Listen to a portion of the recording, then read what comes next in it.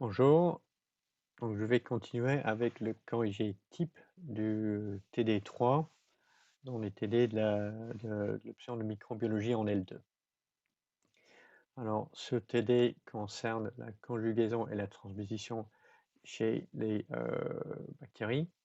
Et la première question, c'est une question de cours. Comment prouver que la conjugaison nécessite des contacts entre les cellules bactériennes, ou plutôt comment a-t-on fait pour prouver ceci?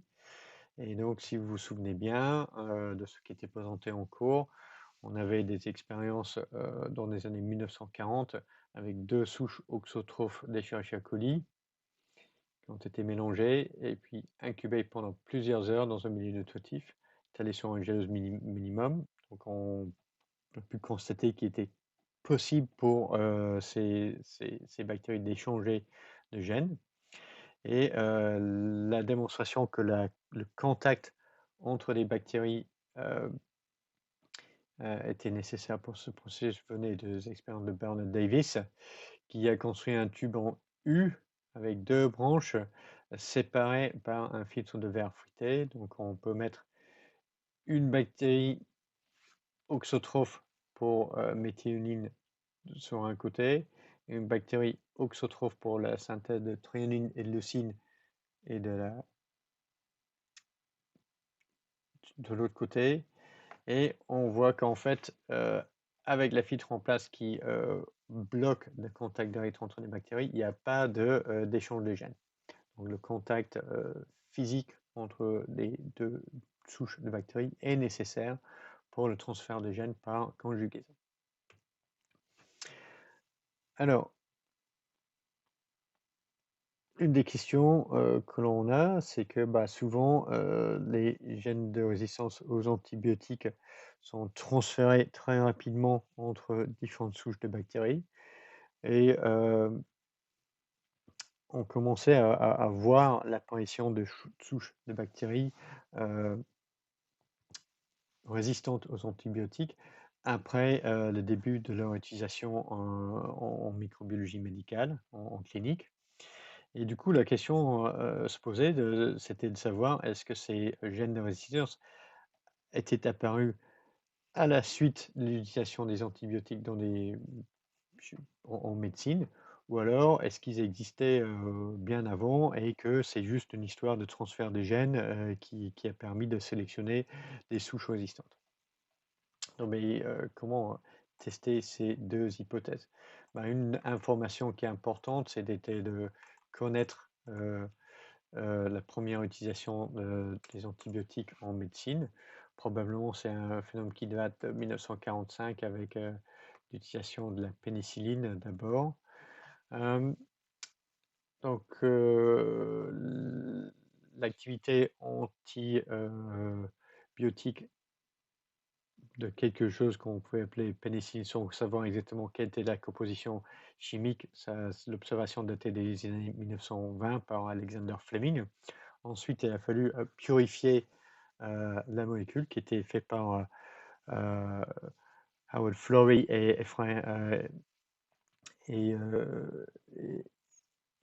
Kane à Oxford.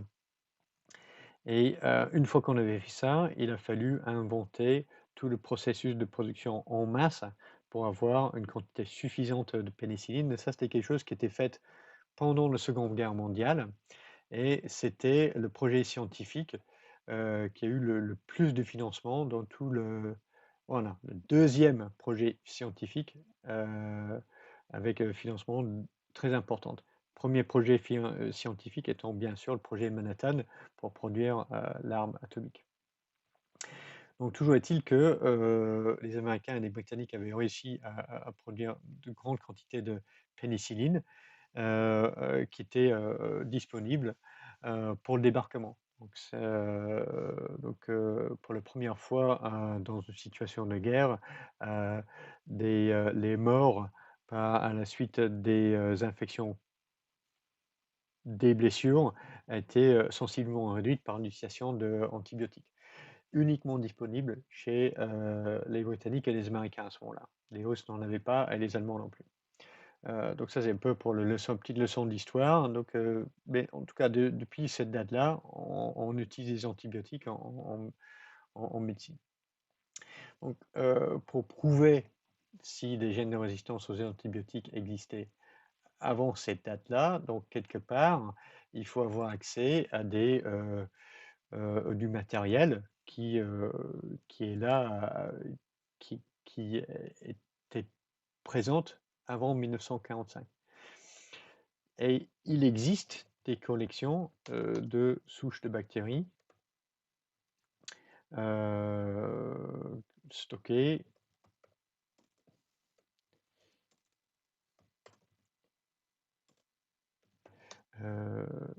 depuis le début du XXe siècle. Donc on peut chercher des résistances aux antibiotiques chez les bactéries qui avaient été collectées il y a 100 ans, par exemple. Dans ce cas-là, on pourrait faire la preuve que effectivement les bactéries résistantes aux antibiotiques existaient bel et bien avant l'utilisation des antibiotiques en médecine. Une autre chose que l'on peut faire, c'est même pas forcément cultiver des bactéries, parce que on demande si les gènes de résistance existaient. Donc ce qu'on peut faire, c'est que l'on pourrait amplifier des gènes de résistance par des amorces spécifiques.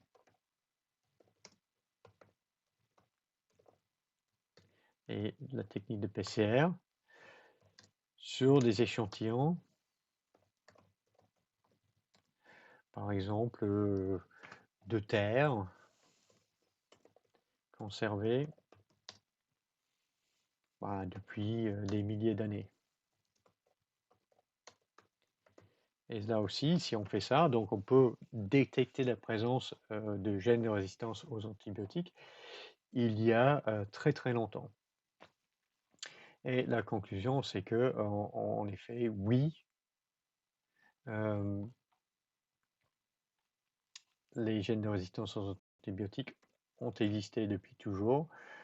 Pourquoi? Parce que en fait, les antibiotiques sont produites dans leur totalité par des micro-organismes et en grande partie par différentes souches de bactéries. Et c'est une arme dans la compétition entre interespèces bactériennes. Et lorsqu'on a une bactérie qui attaque une autre avec des antibiotiques, il y a une pression de sélection très très forte en faveur du développement de mécanismes de défense contre l'antibiotique. Et c'est pour ça que les gènes de résistance aux antibiotiques existent depuis bien bien longtemps. Donc voilà, une petite introduction théorique. Donc maintenant, on va dans le vif du sujet avec nos deux souches d'Escherichia coli, A qui est prototrophe et B qui est auxotrophe pour 3 marqueurs. Alors, la souche A possède le facteur F intégré dans son génome, est sensible à la transstreptomycine. Souche B a besoin d'arginine, biotine et de leucine. Dépourvue de facteur F est résistante à la streptomycine. Le premier exercice, c'est de dénoter les génotypes des souches A et B.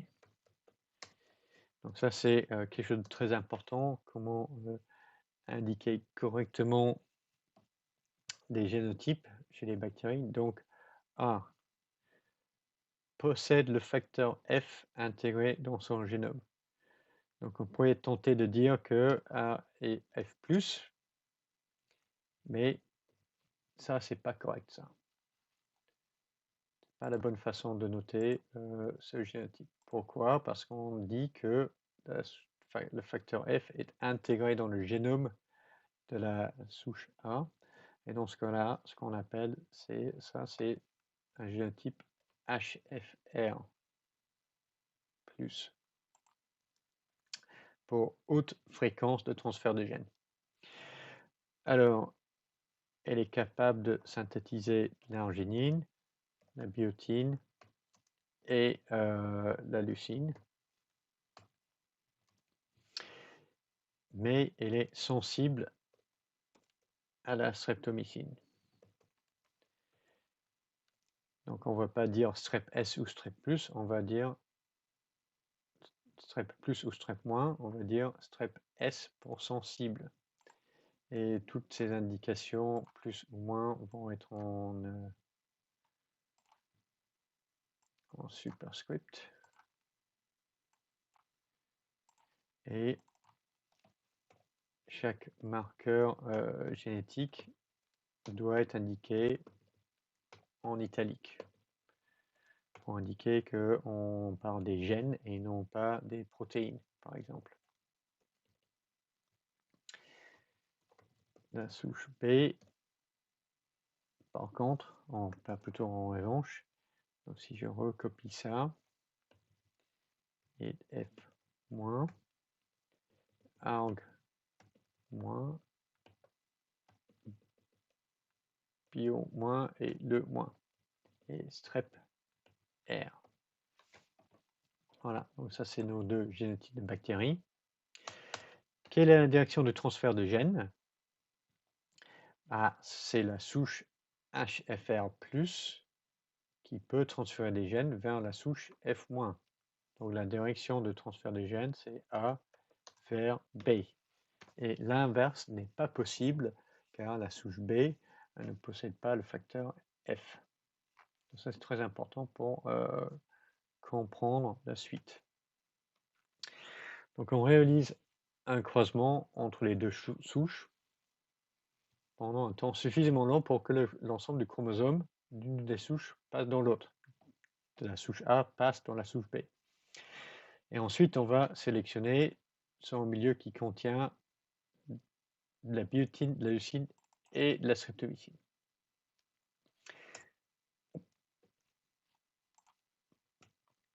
Une des questions que l'on peut se poser ici, c'est à quoi sert la streptomycine dans cette histoire? Parce que ça ne fait pas partie de la cartographie génétique que l'on va faire par la suite. Mais en fait, ça c'est très important parce que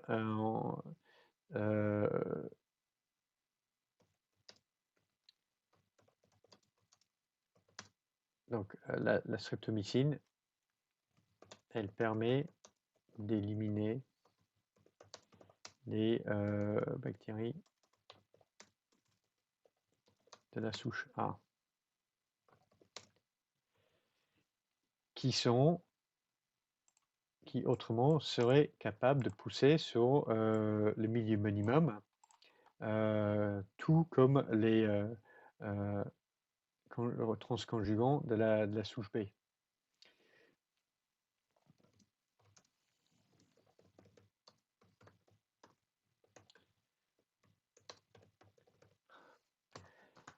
Et donc, si on n'utilise pas un marqueur pour sélectionner contre les bactéries de la souche A, le stade de l'expérience ne serait absolument pas compréhensible. On ne pourrait pas les interpréter. Mais on pourrait se demander, oui, mais si la bactérie B transfère le gène de la résistance à la streptomycine vers la souche A, elle pourrait pousser quand même. Mais on vient de voir qu'en fait, non, le transfert de gènes se passe uniquement dans le sens A vers B et pas l'inverse. Donc, c'est pour ça que l'on peut compter sur la streptomycine pour éliminer toutes les bactéries de la souche A. Donc ça, c'est très important. Donc, pour la suite de la manip, pour le comprendre, il faut essayer de visualiser un petit peu ce qui va être fait ici, là. Donc, les colonies sans sélection sont en milieu contenant uniquement de la biotine, de la leucine et de la streptomycine. Donc, on étale les bactéries sur des boîtes comme ceci, plus biotine, plus leucine, plus streptomycine, et on obtient 376 colonies. Et ensuite, on va les repiquer sur un milieu contenant seulement de la biotine, d'une part, sur un milieu contenant seulement de la leucine, d'autre part, et sur un milieu minimum.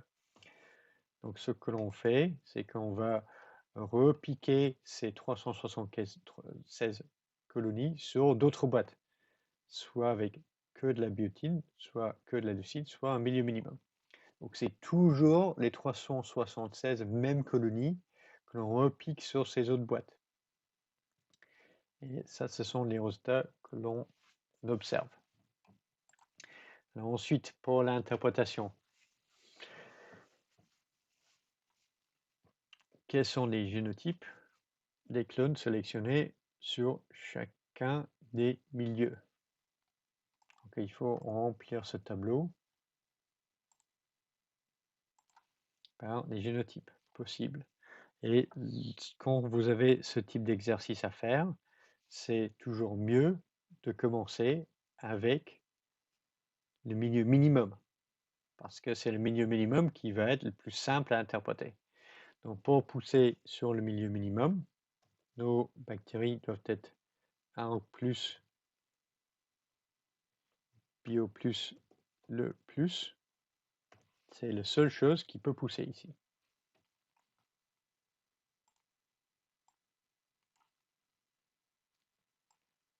Parce qu'il n'y a aucun de ces trois composés qui est présent dans le milieu. Donc il y a 320 colonies de ce génotype-là. Donc évidemment, ces bactéries ARG+, Bio+, le plus peuvent aussi pousser sur les trois autres boîtes.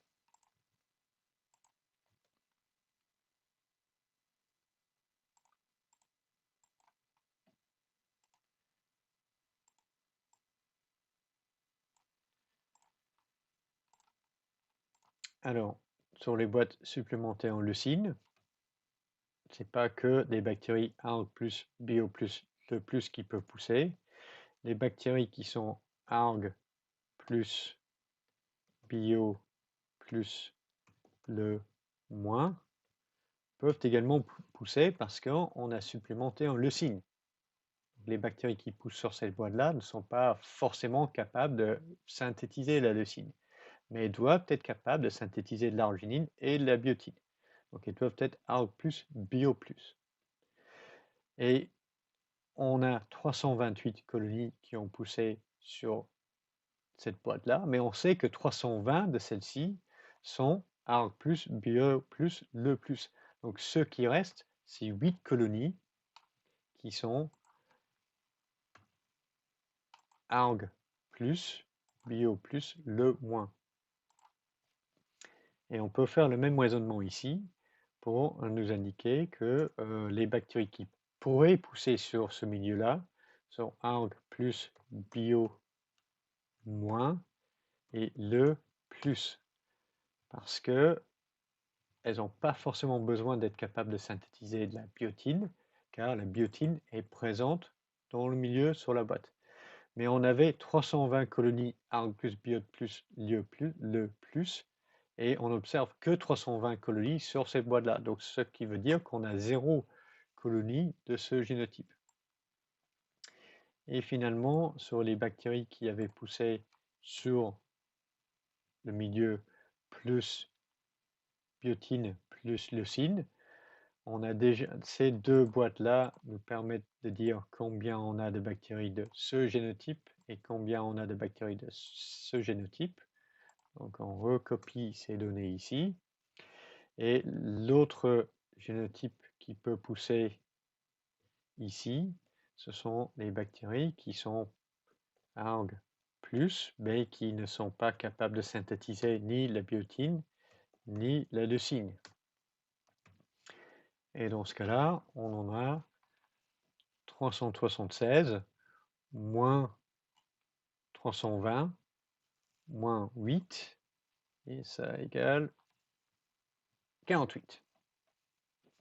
Ok, donc on a ce sont les, une fois qu'on a bien compris quel génotype peut pousser sur quelle boîte, il est relativement facile de calculer combien de colonies correspondent à combien de génotypes. Et je répète encore une fois, il faut commencer par le milieu minimum parce que c'est le seul pour lequel on est sûr qu'on n'a qu'un seul génotype qui peut pousser. Une fois qu'on a réglé ça, on peut ensuite aller vers les autres boîtes et les interpréter.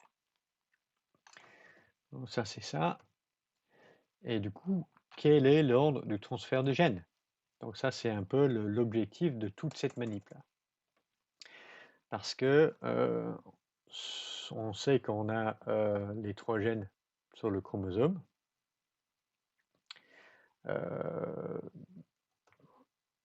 Et on sait que par d'autres manips que l'arginine, le gène ARG, était le dernier à être passé parmi les 3. Donc on a 2 possibilités. Soit on a nos 3 gènes qui sont dans l'ordre ARG, bio, le, ou dans l'ordre ARG, le, bio. Et si c'est cet ordre-là qui est correct, on doit observer quelques bactéries qui sont ARG plus le plus bio moins, tandis que si cet ordre-là est correct, on doit observer quelques bactéries qui sont ARG plus bio moins le moins. Alors lequel est correct? Qu'est-ce qu'on avait là? Il faut réparer ce qu'on avait mis dans le tableau. ARG plus bio plus le moins, ça existe, on en avait 8.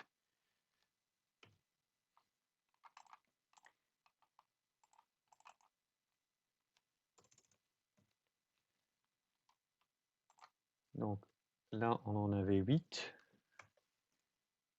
ARG plus le plus bio moins, on en avait 0. Donc ça n'existe pas. Donc l'ordre qui est proposé ici, c'est pas correct. Donc ce qui veut dire que l'ordre de nos gènes sur le chromosome bactérien, c'est celui-ci. C'est ça qui est correct. Ça, c'est la réponse correcte. Ça, pas correct.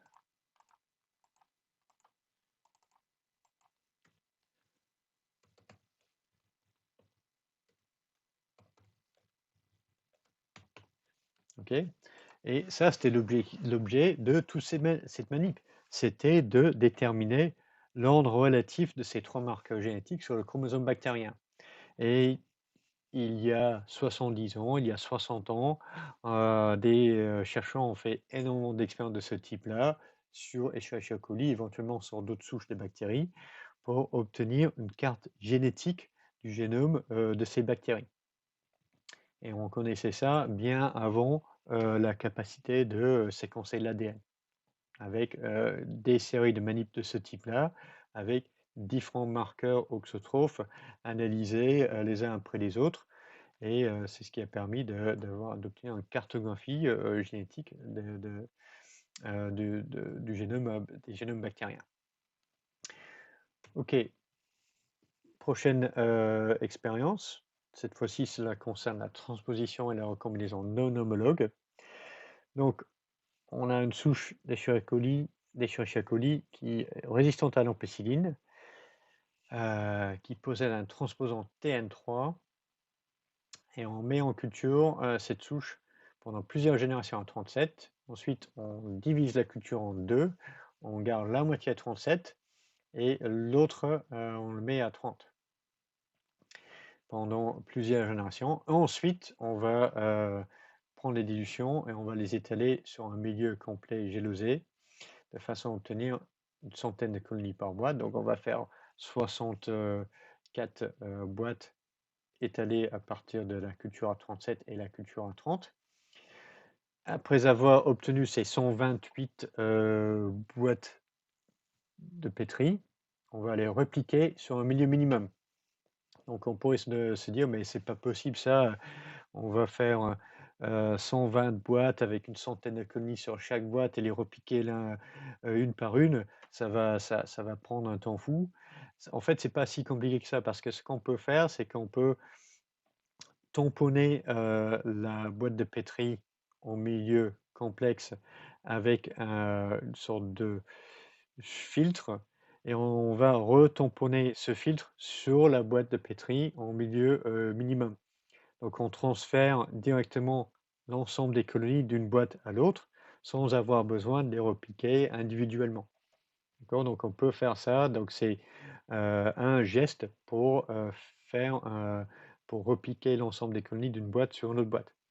Donc on peut sans trop de problèmes faire 128 boîtes dans une journée. C'est pas invraisemblable, quoi.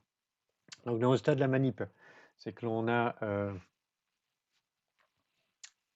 6312 colonies sur du milieu complet à partir de la culture qui était maintenue à 37 degrés et 6121 colonies sur du milieu complet, milieu complexe, dans le milieu complet sur à partir de la culture qui était poussée à 30 degrés. Et on repique toutes ces colonies-là sur le milieu minimum et on nous demande quel est le pourcentage de colonies auxotrophes.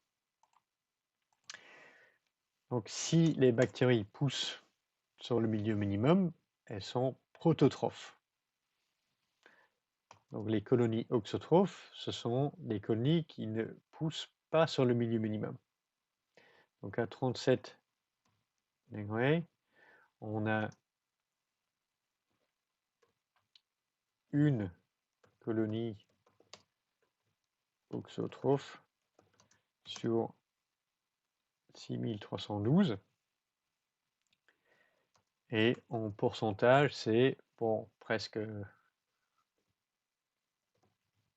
c'est presque rien. À 30, on a alors 6621 moins 6595, c'est 26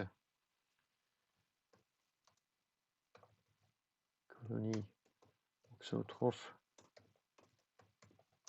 sur 6621 égale 0,30.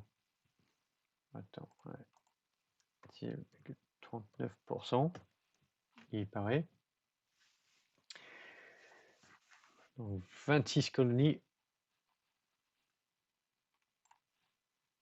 Donc ça, c'est notre pourcentage. Donc on a une plus forte génération de colonies auxotrophes à 30 degrés qu'à 37. Alors, qu'est-ce qui se passe par la suite? Donc on va les analyser, ces 26 colonies auxotrophes, et on observe, on va déterminer quels sont leurs besoins, c'est-à-dire une colonie auxotrophe, elle n'est pas capable de synthétiser quelque chose. Un acide aminé, une base pyrimidinique ou purinique, ou des vitamines. Donc on peut les repiquer sur différents milieux pour identifier quelles sont leurs auxotrophies précisément, quoi.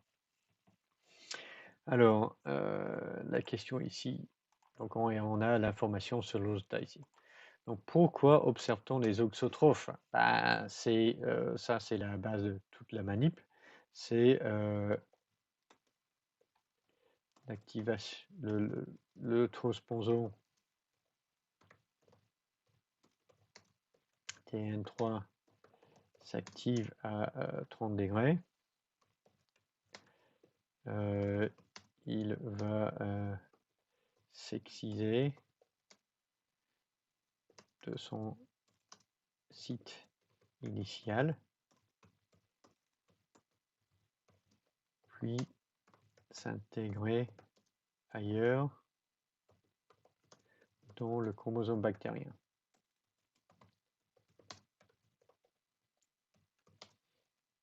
S'il s'insère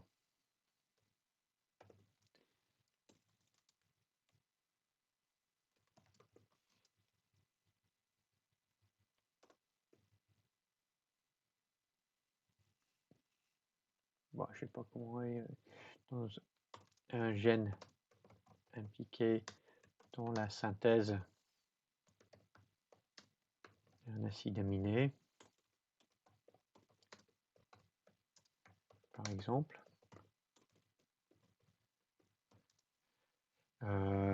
Cela va inactiver le gène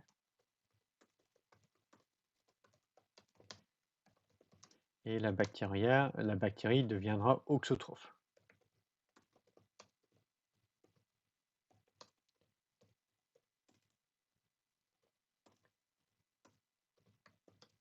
Pour ce gène. Donc pas capable de synthétiser l'acide aminé en question.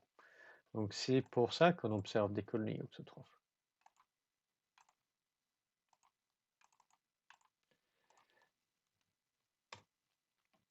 Voilà, je vais éliminer tout ça parce que sinon je n'aurai pas la possibilité d'écrire ici. Alors, quelles propriétés importantes peut-on déduire de l'observation de ces résultats? On observe qu'on a plusieurs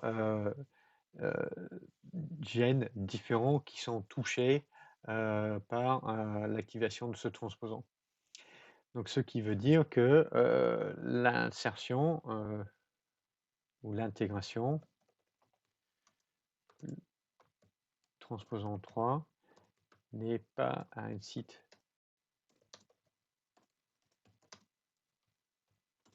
n'a pas lieu.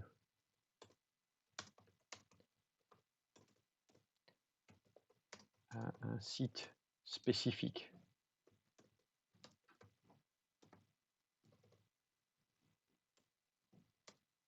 Du génome.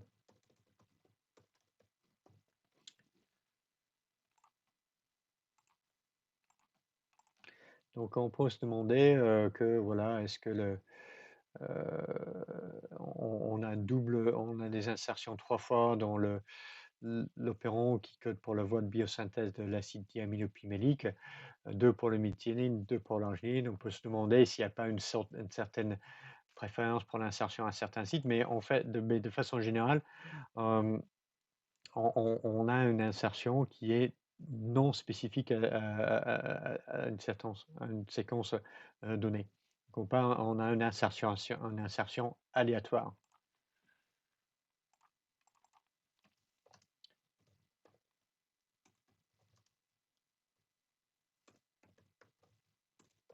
Insertion aléatoire. OK.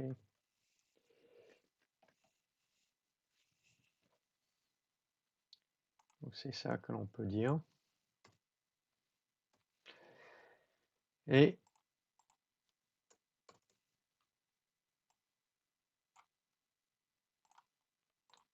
finalement, pour le double insertion, quelle hypothèse peut-on proposer?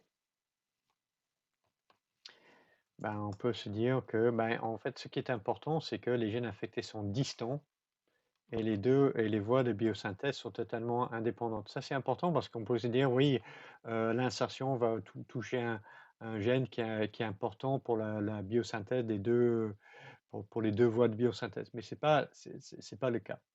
Donc, si on a une double auxotrophe, ça veut dire que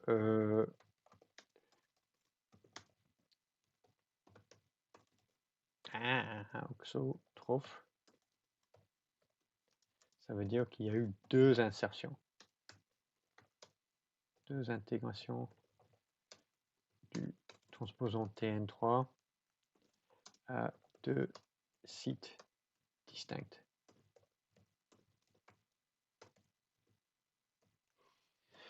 Et la propriété du TN3 qui est révélée, c'est que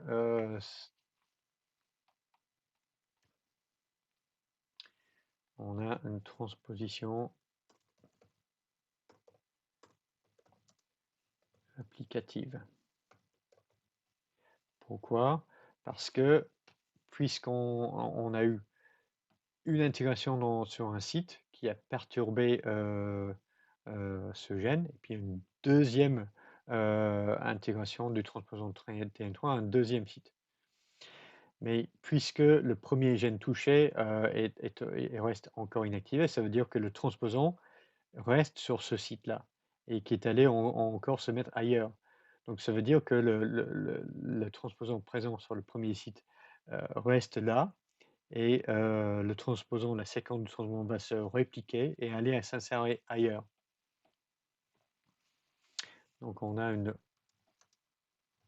augmentation du nombre de copies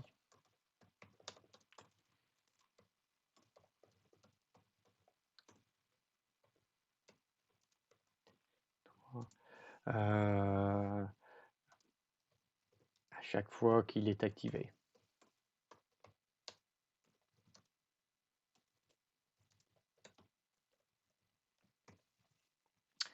OK.